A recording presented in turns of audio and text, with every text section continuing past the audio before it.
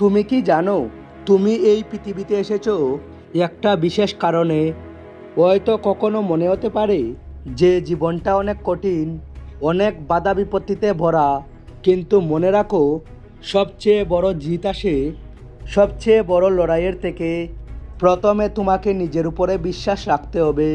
তোমার ভিতরের সাহস, তোমার ভিতরের ইচ্ছে, এটাই তোমার আসল শক্তি। তুমি হয়তো আজ যেখানে আছো সেটা তোমার শেষ জায়গা না।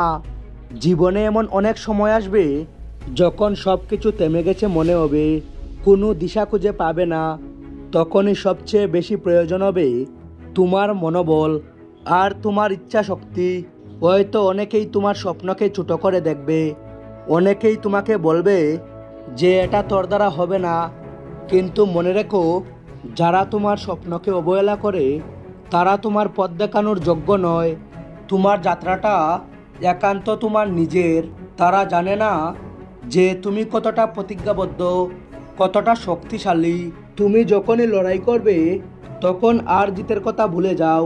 শুধু তোমার লক্ষ্য ঠিক রাখো, রোজ এক পা করতে করতে এগিয়ে যাও, কারণ তোমার প্রতিদিনের ছোট ছোট প্রচেষ্টাই তোমাকে বড় জয়ের সিঁড়ি তৈরি করে দেবে। মনে রাখো, রাতের পরেই আসে দিন। যতই অন্ধকার হোক না কেন আলো আসবেই।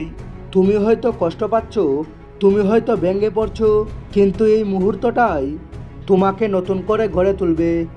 একবার ভেবে দেখো, কতবার তুমি হেরেও উঠে দাঁড়িয়েছো, কতবার তুমি ভেবেছো যে আর পারবো না, কিন্তু আজও তুমি আছো, লড়াই করছো। তুমি পারবে, অবশ্যই পারবে।